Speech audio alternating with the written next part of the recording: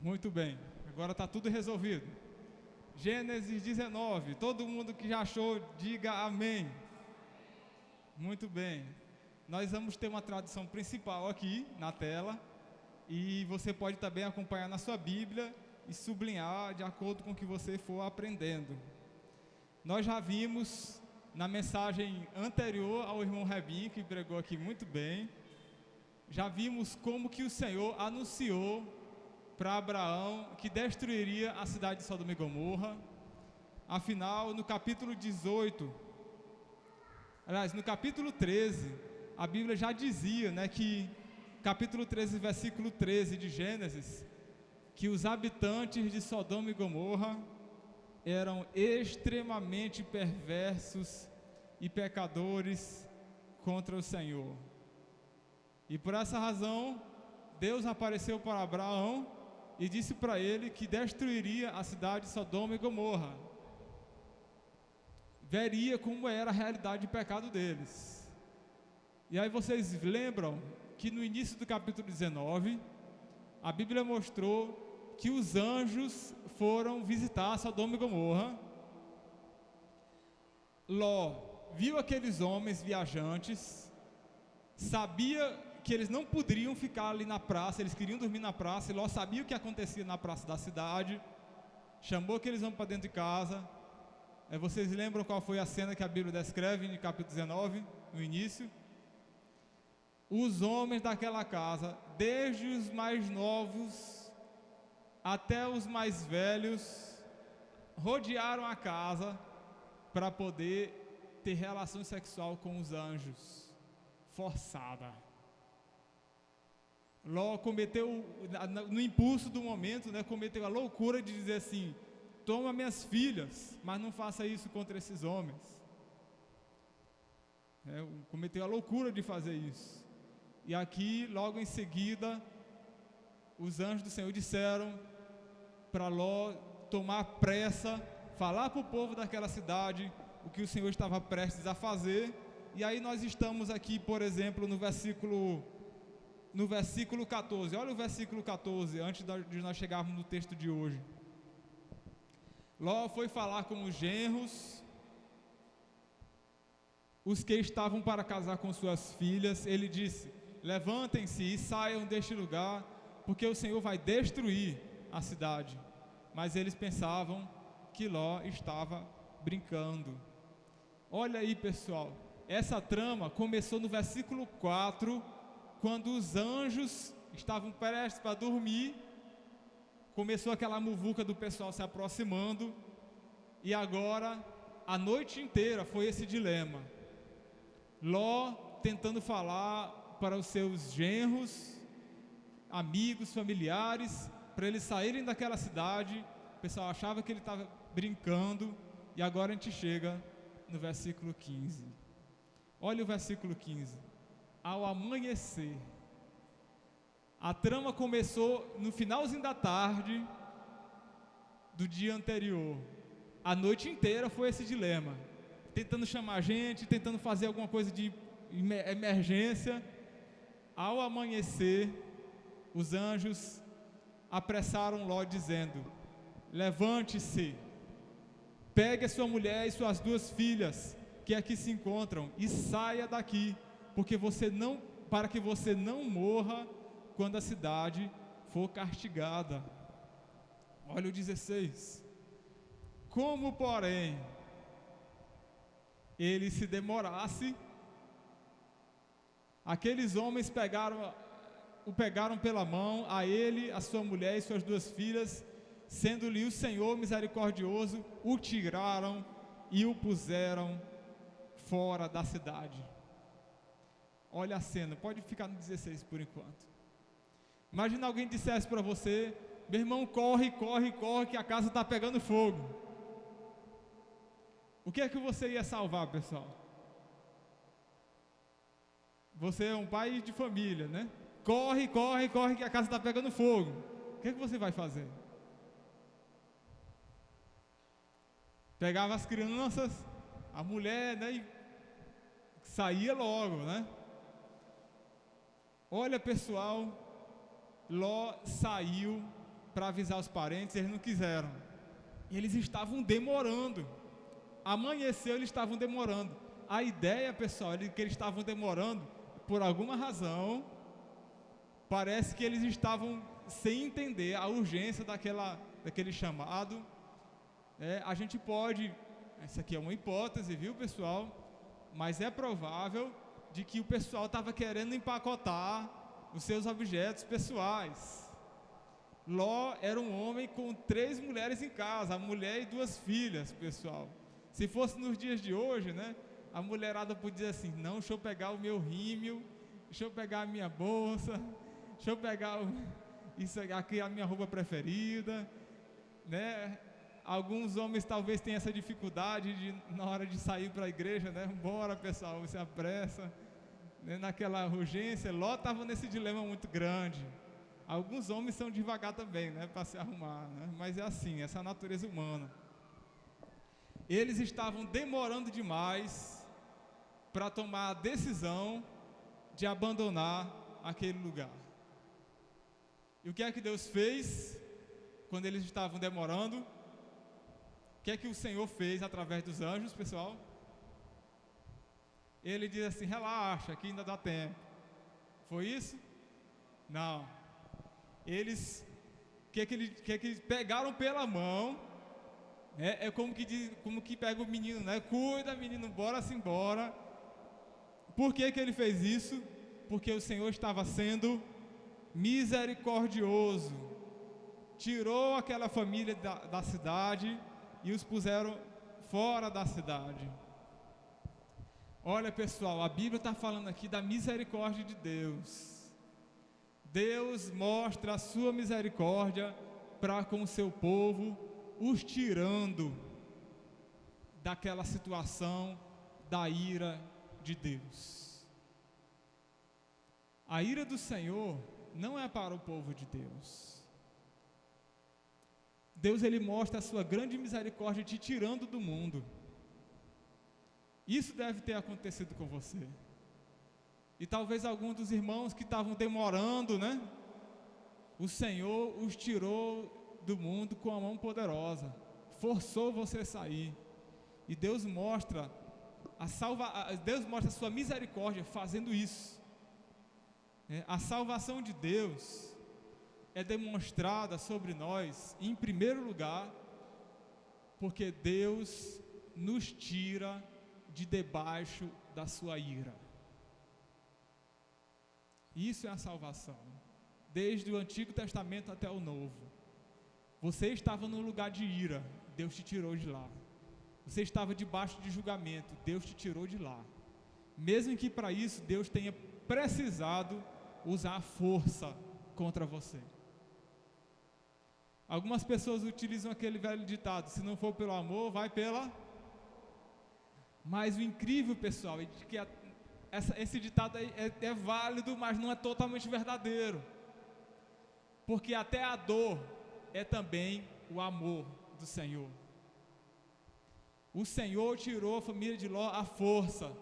Aquela força era também demonstração do amor por aquela família. Se não vai pelo amor, vai pelo amor também, mesmo que o amor se manifeste em dor. É assim que o Senhor faz. E é assim desde o Antigo até o Novo Testamento. O Senhor mostra o seu poder, sua misericórdia, nos tirando debaixo da ira. É como a gente já viu, por exemplo, em João capítulo 3, versículo 36. Vamos dar uma olhada nesse texto, pessoal. De que maneira a Bíblia define o que é a salvação. João capítulo 3, versículo 36. Para que você não se assuste e pense que era só uma questão do Antigo Testamento. Não, a Bíblia inteira fala a mesma coisa. Olha como ela diz: por isso quem crê no Filho tem a vida eterna. Ok? Creu no Filho. Agora o que acontece com quem não crê, né? Porém, quem se mantém rebelde contra o Filho não verá a vida, mas sobre ele permanece a ira de Deus. A ira de Deus. Desde Sodoma e Gomorra até o Novo Testamento, o Senhor sempre deu a mesma mensagem: saiam do lugar da ira de Deus. A Bíblia repete esse ensino. Olha Efésios capítulo 2, versículo 3, como a Bíblia descreve de que era a nossa vida. Efésios 2, 3. Entre eles também nós todos andávamos no passado, segundo as inclinações da nossa carne, fazendo a vontade da carne e dos pensamentos, né? Era como Sodoma e Gomorra. E éramos por natureza filhos da ira, como também os demais. Algumas pessoas, quando leem o Antigo Testamento, ficam um tanto assustadas pela maneira como o Senhor descreve, né, como a Bíblia descreve a história de como Deus interviu no Antigo Testamento, né? Mas eu quero que os irmãos entendam, todos vocês aqui são maduros para entender isso, que o Antigo Testamento é uma ilustração prática, a história do povo de Deus, sobre aquilo que Deus estava para fazer. A destruição de Sodoma e Gomorra era uma mensagem, é uma mensagem do plano final de Deus em julgar a humanidade. E alguma pessoa pode pensar assim: por que Deus não tirou todo mundo de lá? Por que Deus não salva todo mundo se Deus é amor?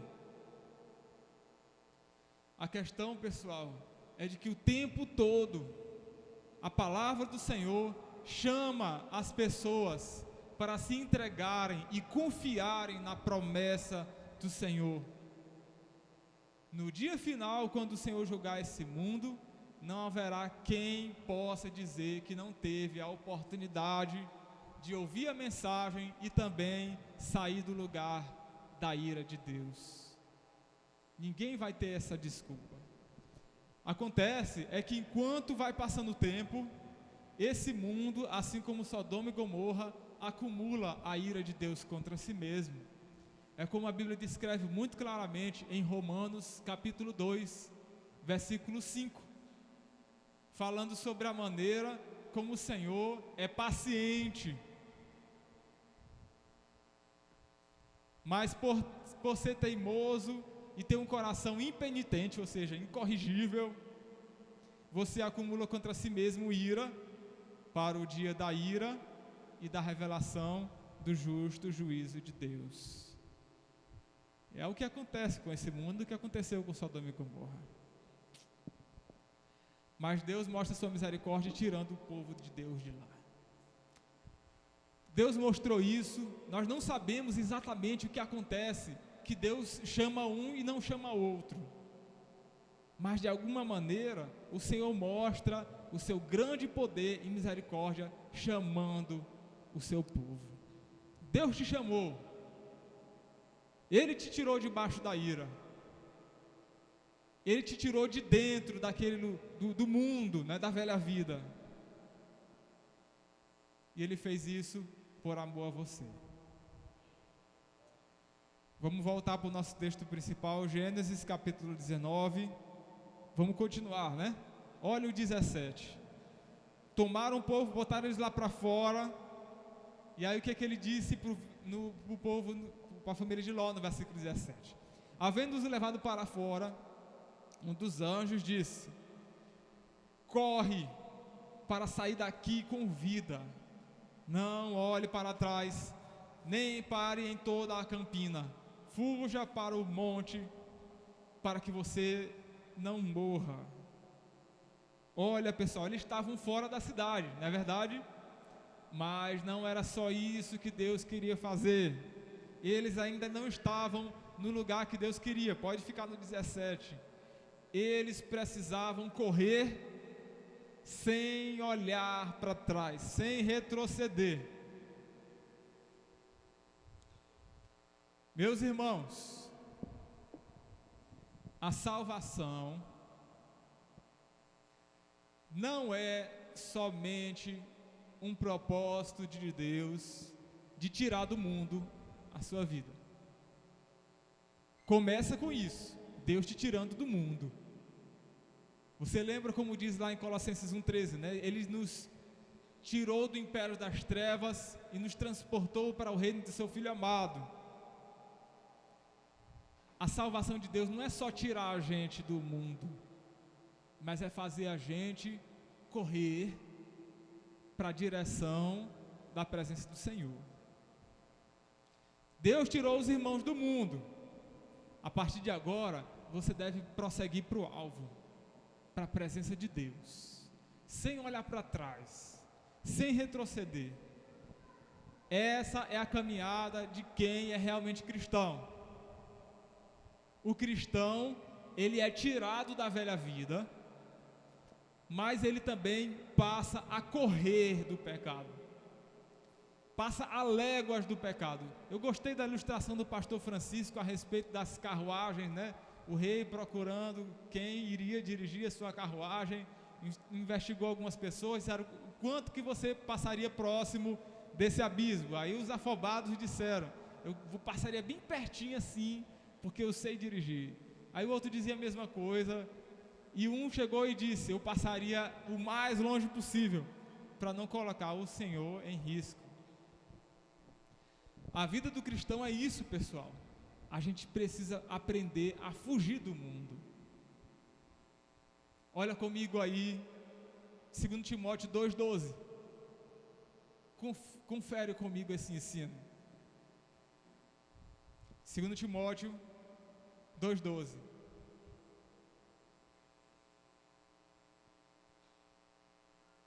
Não é esse, pessoal. Eu vou só conferir aqui para ler junto com vocês.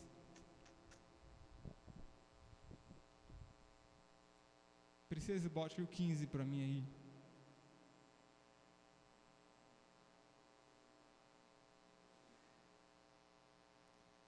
É aquele texto, pessoal, que a Bíblia diz: foge das paixões da mocidade.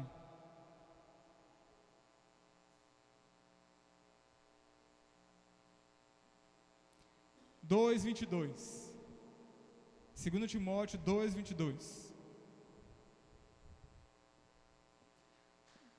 A Bíblia diz: fuja das paixões da mocidade, siga a justiça, a fé, o amor e a paz, com os que de coração puro invocam o Senhor.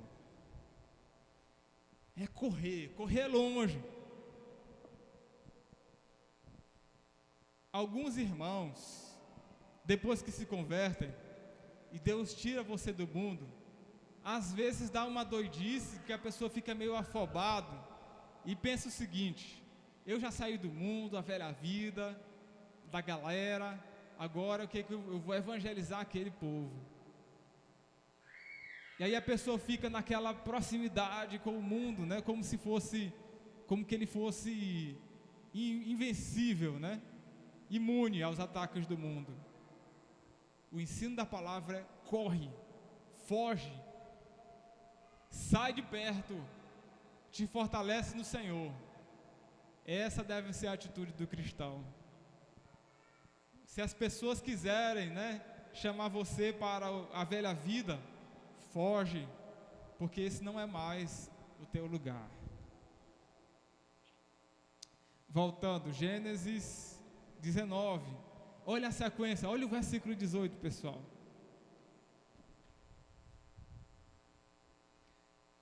Deus disse para Ló sair, né?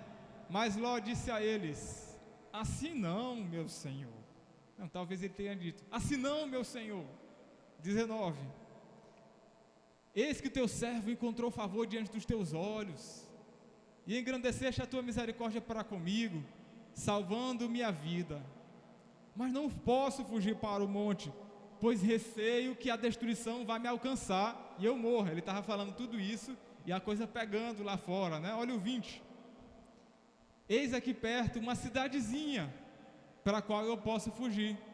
Ela é bem pequena, permita que eu fuja para lá. Ela é bem pequena, não é verdade?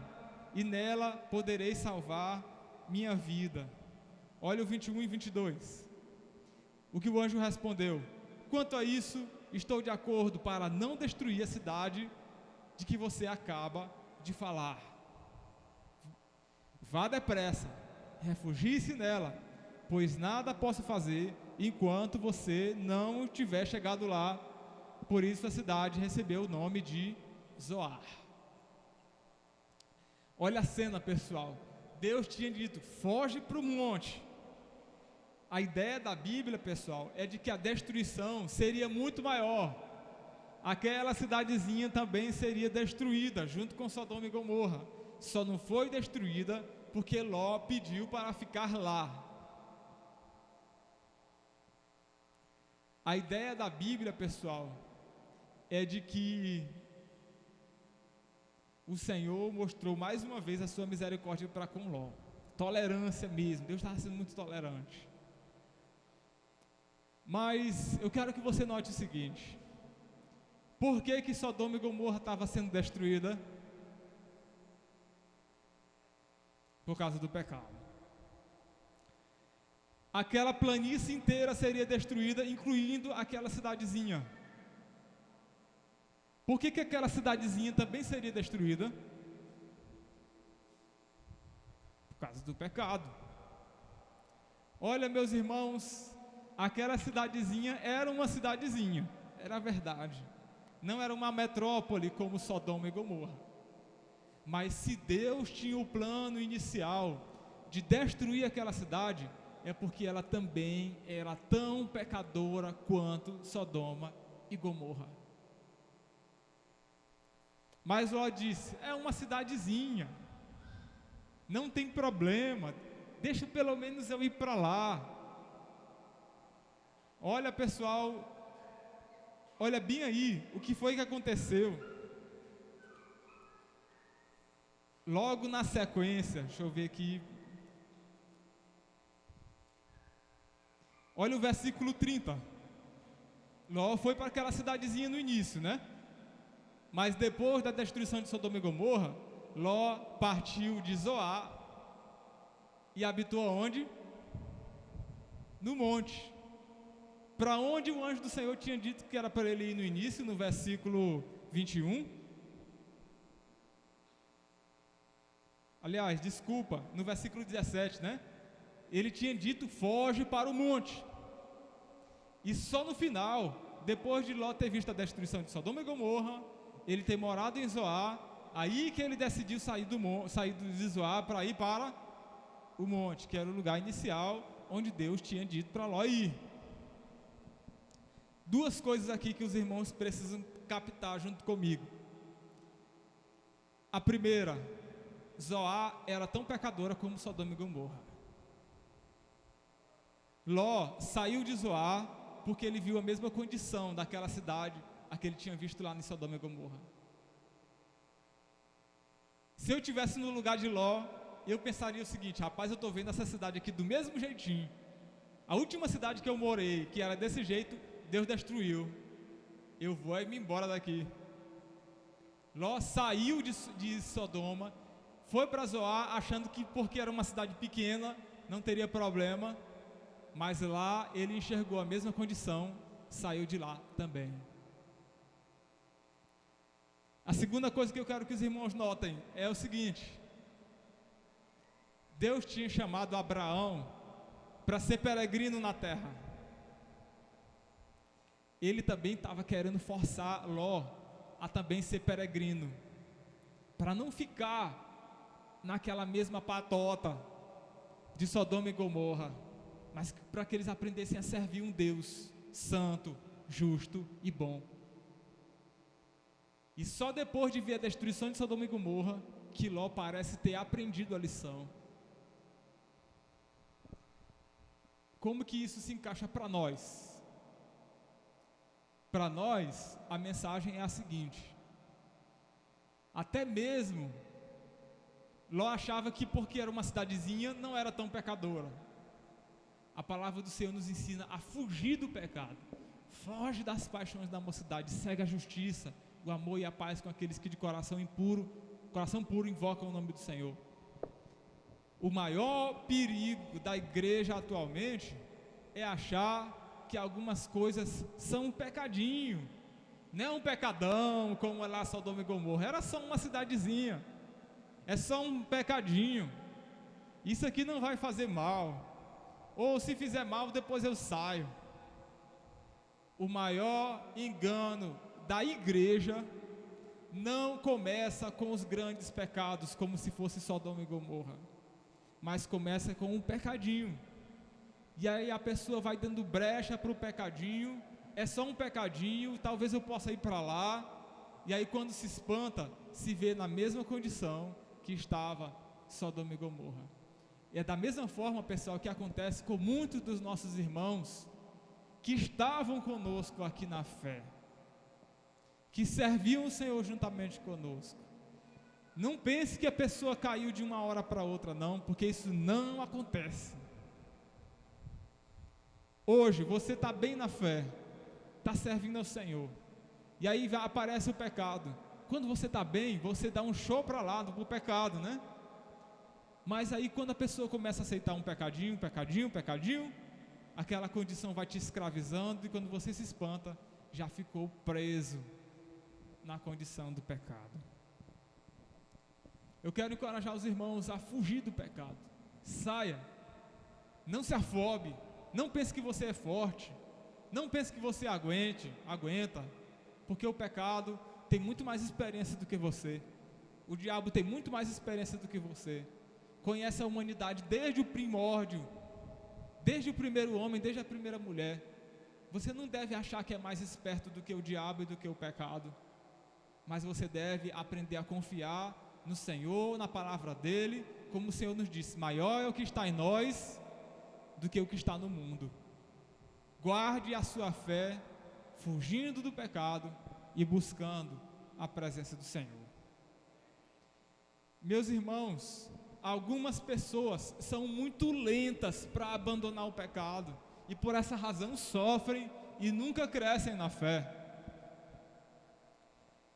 Às vezes o pastor, algum irmão da célula, da liderança, diz: meu irmão, saia disso aqui, pelo amor de Deus. E a pessoa fica naquele lenga-lenga, naquela lentidão.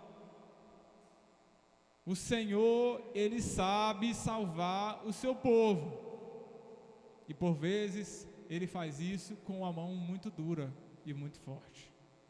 É o que a Bíblia deixa muito expresso em 1 Coríntios capítulo 3, versículo 12 ao 15. E não se assustem com esse texto aqui, viu, pessoal? 1 Coríntios 3, do 12 ao 15. A Bíblia está falando de servos de Deus, da igreja, e a maneira como o Senhor avalia a nossa vida.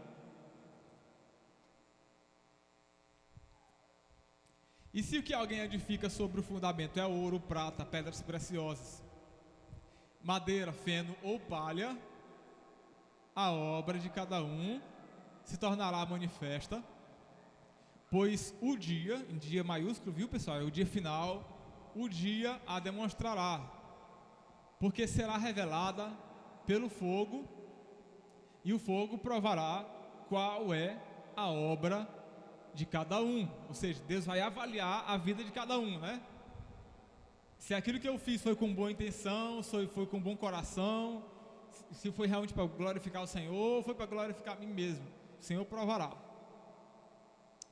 Se aquilo que alguém edificou sobre o fundamento permanecer, esse receberá recompensa. Se a obra de alguém se queimar, esse sofrerá dano, porém ele mesmo será salvo, mas como que através do fogo. Deus faz o raspa, né? Tira o que não presta, né, no dia final, e fica somente aquilo que pertence ao Senhor. Isso inclui a vida do cristão. Aquilo que a gente faz na presença de Deus. Deus conhece a nossa vida. Deus conhece o nosso secreto. E no dia final, o Senhor mesmo provará as nossas obras, se as coisas que nós fizemos foram para glorificar o Senhor, louvar o seu nome ou não. Se foi para louvar o Senhor, essa obra vai permanecer, e essa pessoa recebe recompensa. Aquilo que você serviu a Deus, que fez para o Senhor, a obra de Deus, o amor pelos perdidos, tua vida de oração, tua busca pelo Senhor vai permanecer. Mas se era só fogo de palha, isso aí vai se queimar. Mas essa pessoa será salva, mas como que através do fogo. Olha, pessoal, é como que Deus fizesse o raspa e fica somente realmente aquilo que pertence a Ele. A ideia da Bíblia é de que o Senhor sabe julgar o seu povo. Nós devemos sair do mundo. Aquilo que é do mundo que ainda está em nós, o Senhor tratará de julgar, o Senhor tratará de queimar, o Senhor tratará de punir, mas tudo isso para que o povo de Deus seja salvo, mesmo que como através do fogo. Olha como a Bíblia continua falando sobre isso, né? No caso, demonstrando a vida de Ló, 2 Pedro 2, do 7 ao 9. A maneira como o Senhor sabe livrar o seu povo.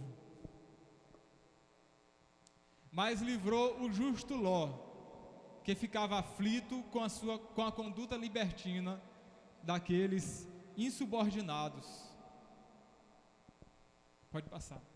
Porque esse homem justo, pelo que via e ouvia ao morar entre eles, atormentava a sua alma justa dia após dia, por causa das obras iníquas que aqueles praticavam. Assim, o Senhor sabe livrar da provação os piedosos e manter os injustos sob castigo para o dia do juízo. Só até aí. Pode voltar. A ideia da Bíblia é isso. O Senhor sabe tirar o seu povo. O Senhor soube tirar Ló. O Senhor sabe tirar a igreja, tirar do mundo. Só que às vezes o jeito do Senhor tirar pode ser pelo fogo, pelo castigo. Mas graças a Deus que o Senhor faz isso conosco. Porque se não fosse isso, estaríamos junto com o mundo.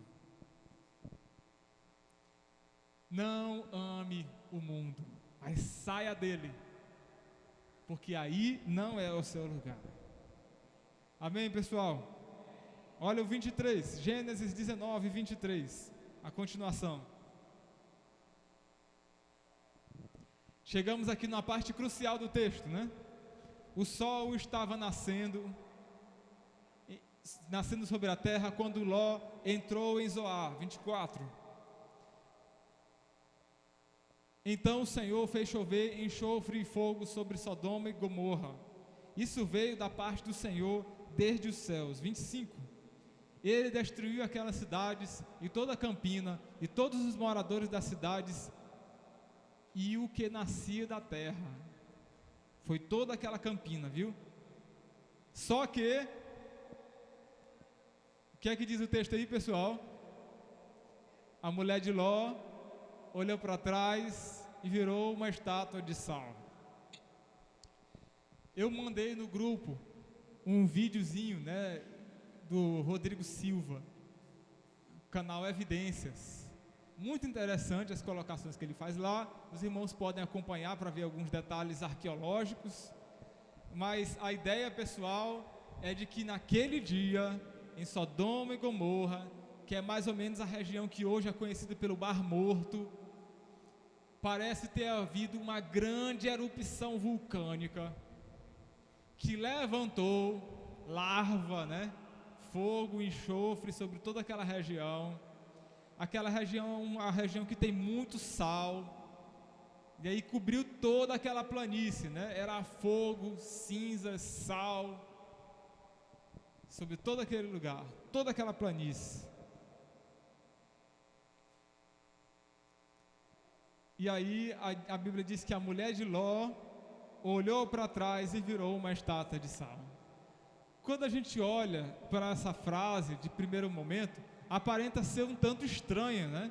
Como assim alguém virou para trás e virou uma estátua de sal? Não podia nem olhar. Abraão, mais na frente a gente vai ver que ele também olhou para as campinas de Sodoma e Gomorra e nem por isso virou estátua de sal. Mas o que a Bíblia está querendo dizer com essa linguagem de que ela olhou para trás e virou estátua de sal? Primeiro, pessoal, olha comigo, vamos lá. Lucas capítulo 17, do 28 ao 33. Nós vamos ler 2 textos, esse é o primeiro, e aí nós vamos responder o que a Bíblia interpreta com essa afirmação de que a mulher de Ló olhou para trás e virou uma estátua de sal, né? O mesmo aconteceu nos dias de Ló. Comiam, bebiam, compravam, vendiam, plantavam e edificavam. Mas no dia em que Ló saiu de Sodoma, choveu do céu fogo e enxofre e destruiu a todos. Assim será no dia em que o Filho do Homem se manifestar. Naquele dia, quem estiver no terraço e tiver os seus bens em casa, não desça para tirá-los.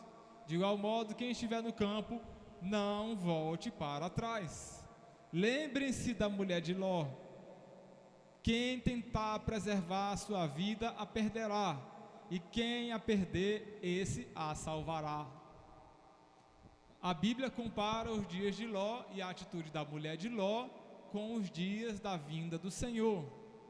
Quem estiver no campo, não volte para casa para pegar os pertences. Quem estiver lá fora, não retroceda. Não seja como a mulher de Ló. Olha a linguagem que a Bíblia utiliza para expressar a atitude da mulher de Ló.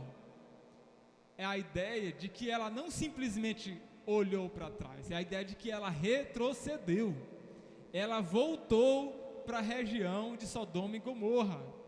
A linguagem de que diz que ela olhou para trás é uma linguagem figurada para demonstrar isso.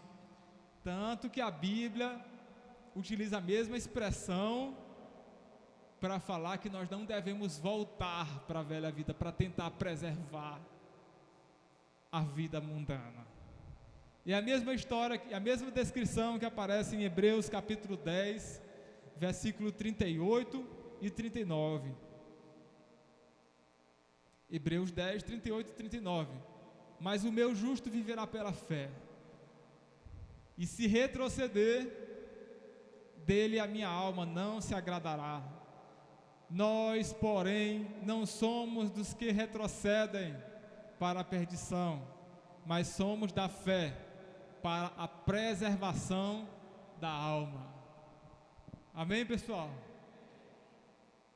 Por que, então, que quando Ló e a sua família estavam em Sodoma e Gomorra e o anjo estava dizendo, sai daqui agora, vamos embora. E por que eles estavam demorando, pessoal? Eles estavam demorando porque entre a família de Ló ainda tinha quem amava aquele mundo. Não tem outra explicação. Eles só demoraram porque entre a família de Ló tinha quem gostava daquele mundo, daquela vida. Por isso a mulher de Ló olhou para trás, né? Ela retrocedeu, como alguém que imagina assim, minhas roupas no varal, deixa eu ir pegar, né? Deixa eu ir pegar os meus pertences. Ela voltou para lá. E de alguma maneira, no caminho ou dentro da cidade, a destruição também alcançou esta mulher. Olha, pessoal, muita gente que está na igreja, que o Senhor tirou com mão forte, né, da velha vida, fica olhando para trás, retrocedendo, como se a velha vida tivesse alguma coisa que valesse a pena levar para o céu. A Bíblia é muito clara. Quem quiser preservar a sua vida, a ideia de quem quiser preservar a velha vida, a perderá. Mas quem quiser salvar, quem perder a sua vida por amor de mim, a salvará.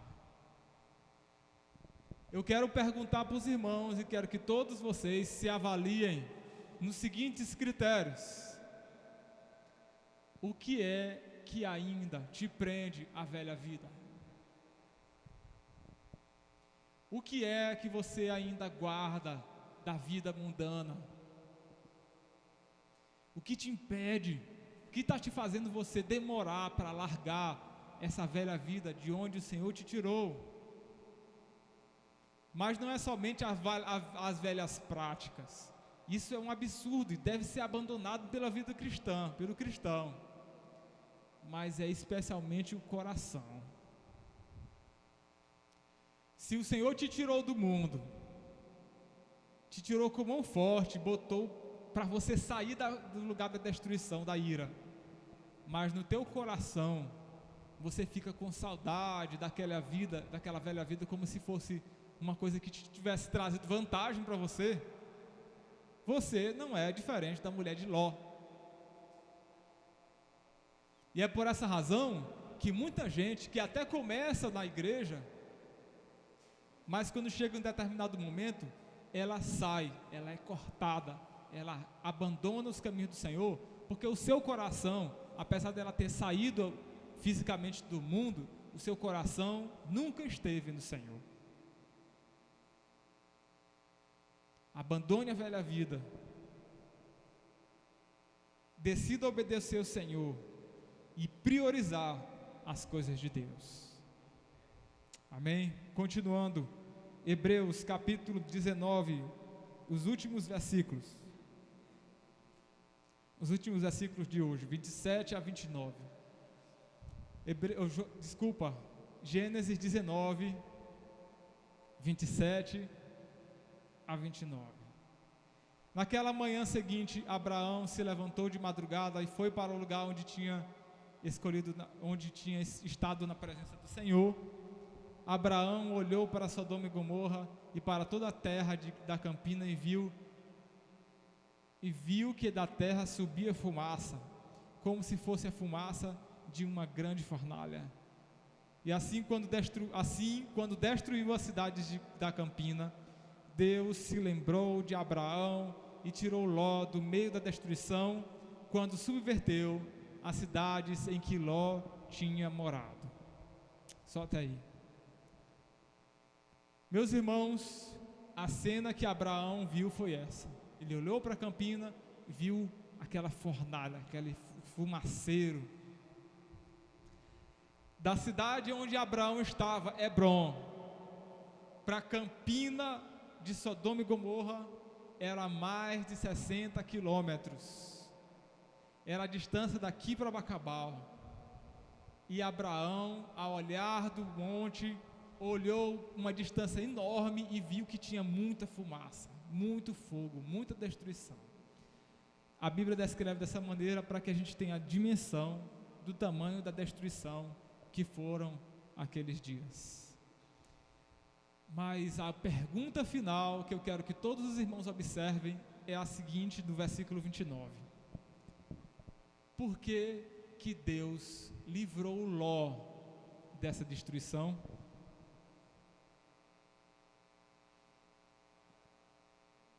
Por causa de quem? De Abraão. Ló só foi salvo porque tinha um intercessor. O nosso intercessor é o Senhor Jesus. A razão de que o Senhor tem misericórdia de nós e não nos castiga junto com o mundo é porque tem alguém que intercede por nós, para que nós saiamos dessa destruição e sejamos guardados da ira de Deus para estar na presença do Senhor. O Senhor sabe salvar o seu povo. E mais uma vez eu quero encerrar com 2 textos que eu gostaria que os irmãos observassem. Nós estamos caminhando para uns dias como os dias de Ló, né? Como a Bíblia deixa muito claro, nós já vimos isso. Mateus 24, 24. Nós vamos ler agora, né? Estamos caminhando para dias como os dias de Ló. E nos dias de Ló, somente uma família se salvou. E nem a mulher dele foi salva, né? Por causa que a mulher dele não amava o Senhor. O que vai nos guardar de no dia final nós também não sermos levados junto com o mundo? A Bíblia deixa muito claro, Mateus 24, 24. Porque surgirão muitos falsos cristãos, falsos cristos e falsos profetas, operando grandes sinais e prodígios para enganar, se possível, os próprios eleitos. A ideia da Bíblia é de que, se fosse possível, presta atenção, aqui ó, Renan, se fosse possível, até os eleitos seriam enganados junto com o mundo, se fosse possível, mas só não é possível porque há quem interceda por nós. Olha só o versículo, capítulo 20, Mateus 24, 11 a 13, a Bíblia já falou sobre isso muito claramente, né? Mateus 24, 11 a 13. Muitos falsos profetas se levantarão e enganarão a muitos, não são todos, né? Há muitos. Por se multiplicar a maldade, o amor se esfriará de quase todos, não são todos, mas quase todos. Aquele, porém, que ficar firme até o fim, será salvo. Meus irmãos, estamos caminhando para tempos em que o mundo investe com tantas armadilhas e artimanhas contra a igreja do Senhor, que, se fosse possível, até a igreja do Senhor seria levada com o engano desse mundo, com a prostituição desse mundo, com as ideias malucas deste mundo, com o secularismo, né? Aquela ideia de, não é pecado não, eu posso fazer. Até a igreja seria levada por essa história, essa velha cilada de Satanás. Se possível, seria levada. Mas há quem nos guarde, há quem interceda por nós. O Senhor está conosco. E se você se mantiver com o coração, não é só o seu corpo aqui. Tem gente que vem para a igreja, mas o seu coração está longe daqui. Mas se você tiver com o teu coração no Senhor, você será daqueles que perseverará até o fim, será salvo. Amém, meus irmãos? Vamos ficar de pé, nós vamos orar. Continuaremos a pregação desse capítulo de Gênesis 19 na próxima oportunidade. E você pode fechar os seus olhos, nós vamos colocar nossa vida diante de Deus. Muito obrigado, Senhor, pela Tua palavra, pelo Teu cuidado, Senhor, pelo Teu amor conosco, pelo Teu livramento, Senhor, na nossa vida, porque o Senhor tirou a gente do mundo, da velha vida, daquela perdição, que não tinha futuro, Senhor, que só nos deu vergonha. O Senhor nos colocou, Deus, numa nova vida, onde nós estamos descobrindo o que é alegria, o que é prazer diante do Senhor, o que é conhecer o Senhor, o que é a Tua palavra. Nós amamos o Senhor, porque o Senhor nos amou primeiro fazendo isso conosco. Nos ajuda a honrar esse propósito que o Senhor tem em nossa vida, de nos resgatar do mundo, e que nós possamos permanecer firmes nos Teus caminhos até o fim. Deus, que o nosso coração esteja no Senhor. Tira de nós, Senhor, todo amor pelo pecado.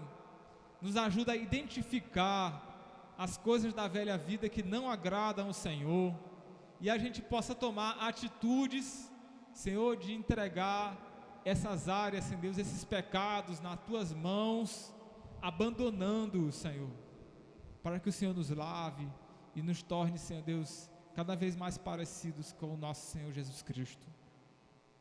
Se tiver algum irmão aqui, Senhor Deus, na nossa igreja, que está com esse dilema, Deus, como a mulher de Ló, Deus, cria no seu coração um arrependimento profundo, claro, genuíno, Deus, para que nós aprendamos, pela força de Deus, a renunciar, Deus, a abandonar no nosso coração o amor pela velha vida, e a gente possa amar cada vez mais a Tua presença.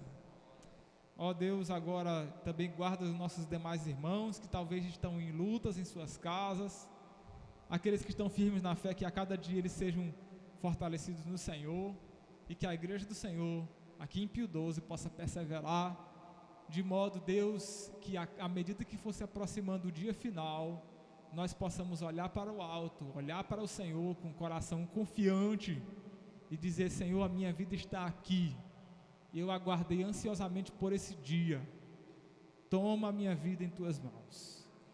Nos leva em paz para nossas casas, nos dá uma noite de paz e nos prepara para as nossas células e para os cultos, se o Senhor permitir que nós estejamos prontos para isso.